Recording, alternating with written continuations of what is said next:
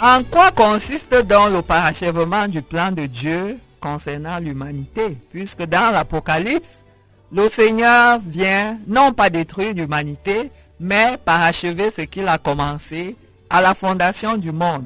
Donc ici, nous allons vous faire en quelque sorte un résumé pour vous donner les principaux points sur lesquels le Seigneur vient parachever son plan concernant l'humanité.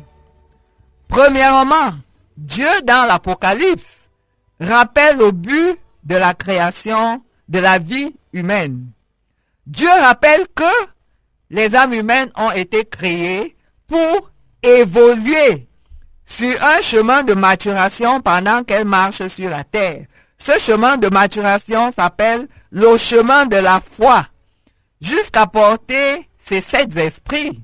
Parce que Dieu se donne aux hommes par 7 esprits qui sont appelés à porter afin de s'établir dans l'unité avec lui et accéder ainsi à l'immortalité.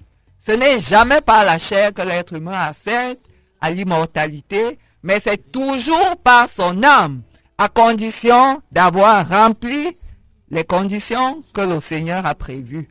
Donc, voilà la première chose.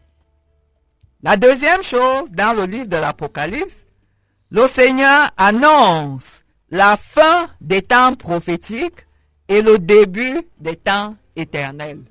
Dieu considère que jusque-là, l'humanité avait besoin de savoir ce que c'est que la création, ce que c'est que la vie, ce que c'est que son programme pour sa création. Et vous allez vous rendre compte que au temps prophétique, lorsque nous allons développer dans les semaines suivantes, vous allez vous rendre compte qu'au temps prophétique, le Seigneur a multiplié les révélations, le Seigneur a multiplié les enseignements, le Seigneur a multiplié l'envoi des serviteurs pour faire connaître au monde qui il est. Parce qu'au commencement, l'être humain ne connaît pas Dieu. Donc Dieu s'est révélé à l'humanité à travers une multitude d'instruments afin de se révéler à lui, afin de se révéler à elle, afin de se révéler à sa création. Donc Dieu considère que le temps où les êtres humains ne savaient pas d'où ils viennent, ne savaient pas où ils doivent aller, est terminé. Et c'est d'ailleurs pour cela que le Seigneur Jésus a annoncé dans les Écritures que les temps seraient achevés. Les premiers temps seraient achevés lorsque l'évangile aura été prêché sur toute la surface de la terre. Voilà l'un des signes annoncés dans les Écritures comme constituant la fin des temps. La fin des temps, je le répète, c'est donc la fin d'un cycle préparé par l'Éternel pour l'achèvement de la première partie de son plan, que la Bible appelle d'ailleurs les semailles. C'est pour cela que le Seigneur Jésus a souvent enseigné par l'agriculture, en parlant de ce qui était mis en terre. Donc, le Seigneur annonce la fin des temps prophétiques et le début des temps éternels, que la Bible appelle aussi le temps de la moisson. Deuxième chose. Troisième chose, Dieu annonce la mise à part des âmes capables de progresser. Mise à part des âmes capables de progresser spirituellement et mentalement, qui appartiennent déjà à la terre actuelle, dans le cadre d'un jugement. Tout le monde a entendu parler du jugement de l'Éternel. Donc, ceux qui sont capables, ceux qui appartiennent à la terre, ceux qui sont vivants en leur chair en ce moment, et qui ne comprennent pas le chemin, sont appelés à comprendre ce chemin. C'est-à-dire à comprendre qu'ils sont des âmes dans un corps. Parce que le corps n'est qu'un emballage pour le créateur des vies.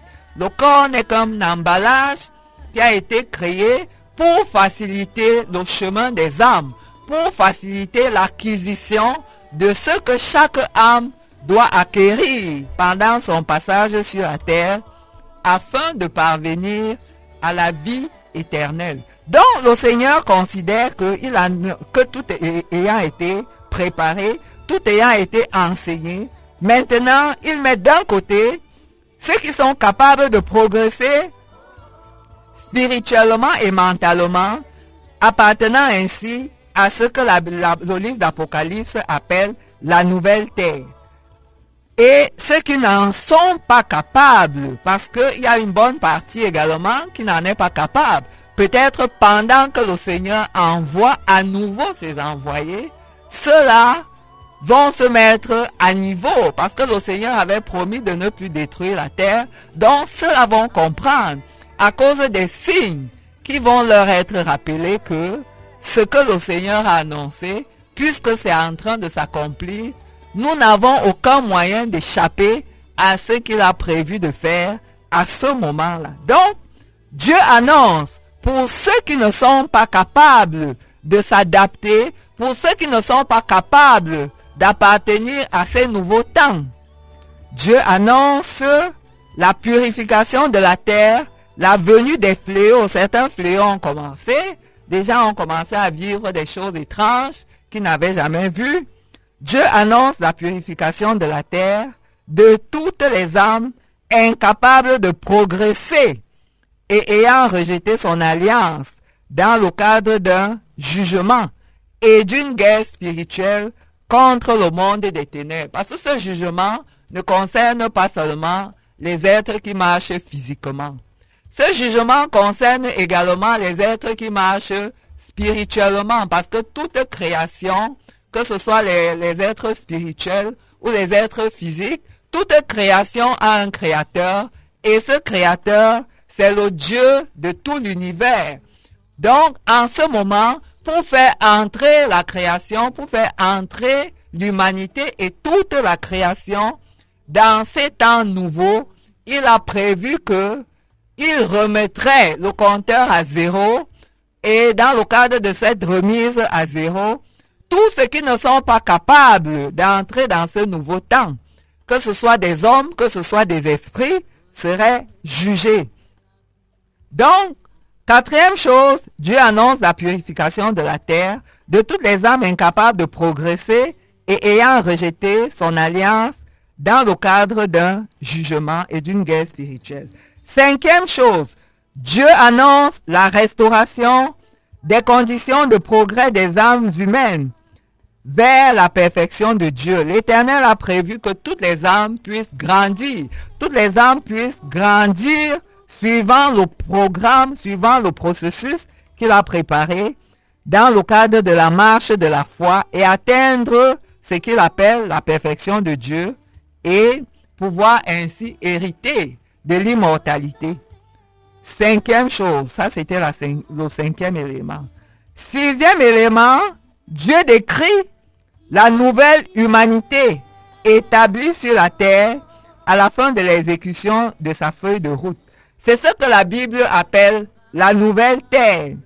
C'est ce que la Bible appelle le temps des véritables adorateurs. Ceux qui marchent avec Dieu, le temps des véritables adorateurs, qui décident de marcher, qui sont capables de marcher avec Dieu en esprit et en vérité. Septième point, Dieu annonce l'existence d'une humanité marchant sous la direction de l'esprit. C'est ce que le livre de l'Apocalypse appelle nouveaux cieux, parce que de nouvelles influences spirituelles ont commencé à atteindre la terre. La semaine dernière, nous avons pris des exemples que tout le monde connaît pour pouvoir expliquer la venue de ces influences qui sont ces changements qui ont commencé à s'exercer sur la terre. Donc, septième chose, Dieu annonce l'existence, la venue d'une humanité marchant sous la direction de l'esprit, grâce aux influences, aux nouvelles influences spirituelles qu'il fait descendre sur la terre et qui s'appelle dans le livre d'Apocalypse les nouveaux cieux. Donc la nouvelle humanité, c'est elle qui est appelée dans le livre d'Apocalypse la nouvelle terre. Dernière chose, Dieu annonce l'accomplissement de son règne terrestre. Dieu annonce l'accomplissement de son règne terrestre. C'est ce qui est nommé dans la Bible, dans le livre d'Apocalypse, la nouvelle Jérusalem.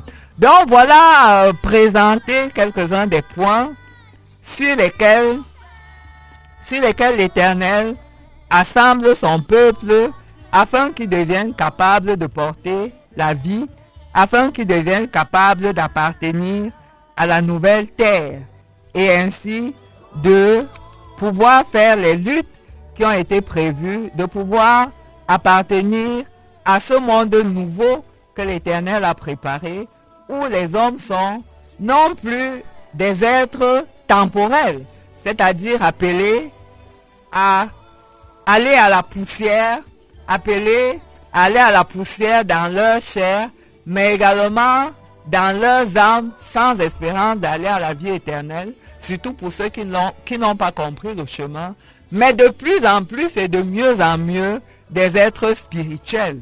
C'est pour ça qu'il est dit dans la Bible, que dans le livre de l'Apocalypse, que le temps vient où la mort aura disparu. Le temps vient où il n'y aura plus de mort.